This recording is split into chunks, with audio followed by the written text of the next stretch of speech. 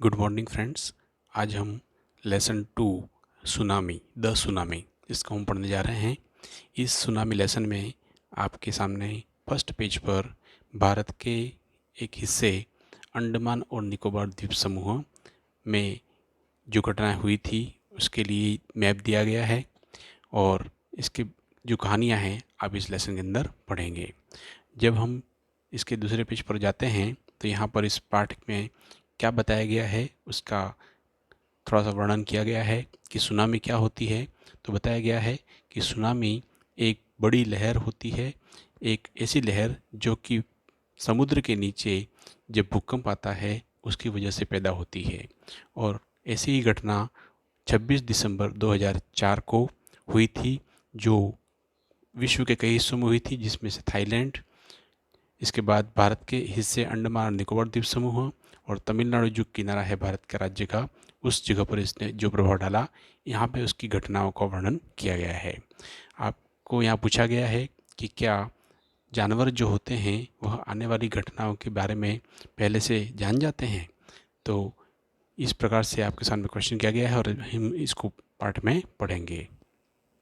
जब हम पहला पार्ट में जाते हैं तो यहाँ पर आपकी जो पहली घटना बताई गई है उसमें बताया गया है कि जो आर्कियोपेलॉजी मतलब वो एक द्वीप समूह अंडमान निकोबार द्वीप समूह में एक इग्निशियस नाम का जो व्यक्ति था, जो बैंक मैनेजर था कोऑपरेटिव बैंक सोसाइटी के अंदर कटचल में, उसकी पत्नी उसको 6 बजे उठाती है और उसको बताती है कि किस प्रकार से अर्थक्वेक मतलब भूकंप उसको महसूस हुआ।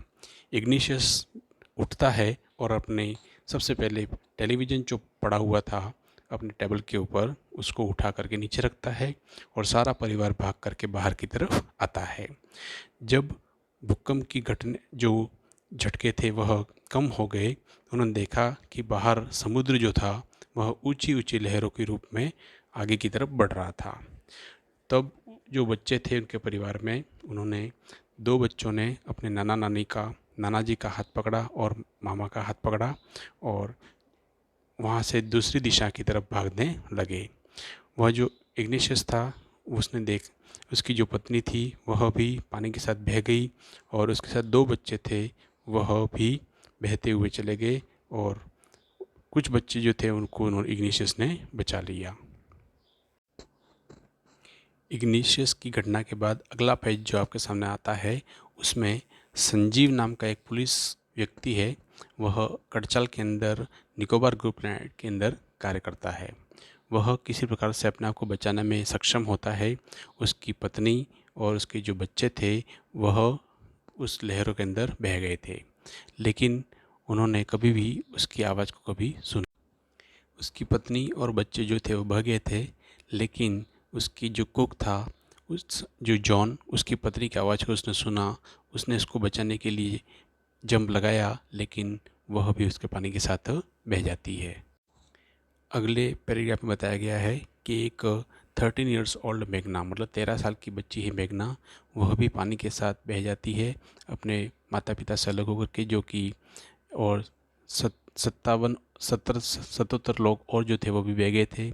वह अपना जो 2 दिन है वह पानी के ऊपर एक तैरता हुआ पानी लकड़ी का लट्ठ था उसके ऊपर बिताती है, लकड़ी का जो दरवाज़ा था उसके ऊपर। और उसके ऊपर उसने देखा कि 11 बार हेलीकॉप्टर जो था रिलीफ वाला वह उड़ता हुआ आया, लेकिन वह उनको देख नहीं पाए। वह किसी प्रकार से पानी की लहरों के साथ बह कर के किनारे पर आ जाती है और वहाँ से वह उस किनारे पर पहुँच करके अपने आप को बचाती है। अगली घटना जो बताई गई है उसमें अलमास जावेद नाम की एक 10 साल की लड़की है। वह एक कॉन्वेंट स्कूल के अंदर करमेल में पढ़ती है, पोर्ट ब्लेयर के अंदर, जहाँ उसके पिताजी जो थे वह पेट्रोल पंप के ऊपर कार्य करते हैं। उसकी माँ जो रोहिला है वह नॉन कवर आइलैंड के अंदर रहती है और वहाँ पर सारा जो द्वीप था यहाँ पर क्रिसमस मनाने के लिए इकट्ठा हुआ था। जब भूकंप का घटना जो कंपन था वो महसूस किया गया सुबह में, तो उस अलमास का जो परिवार था वह सोया हुआ था। अलमास के पिताजी जब उठ कर के देखा उन्होंने, तो उन्होंने देखा कि समुद्र की जो लहरें थी वह पीछे की तरफ जा रही थी। उन्होंने समझ लिया कि ये जो लहर पीछे जा रही है वह और अधिक ताकत के साथ आगे की तरफ आएगी।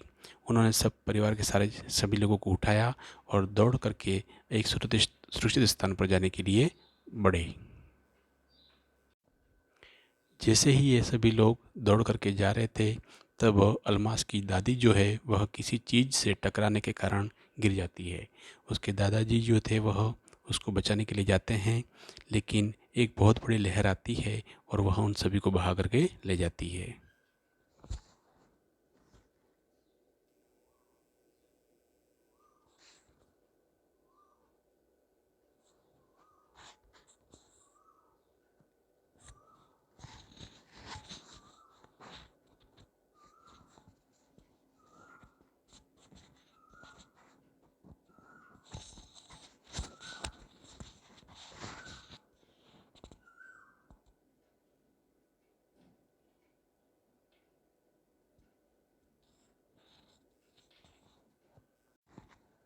अलमास की माँ और उसकी जो चाची है वह एक नारियल के पेड़ को पकड़कर खड़े हुए थे।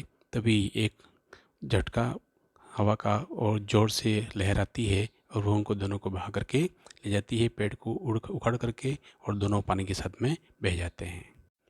अलमास ने देखा कि एक लंबा लकड़ी का टुकड़ा बहता हुआ आ रहा था। वह उसके ऊपर चढ़ जाती है, लेकिन थकान के कारण वह बेहोश हो जाती है और जब जगती है तो वह अपने आप को एक दूसरे जगह पर पाती है, जहाँ पर कोमोर्टा के अंदर, हॉस्पिटल के अंदर वो अपने आप को पाती है।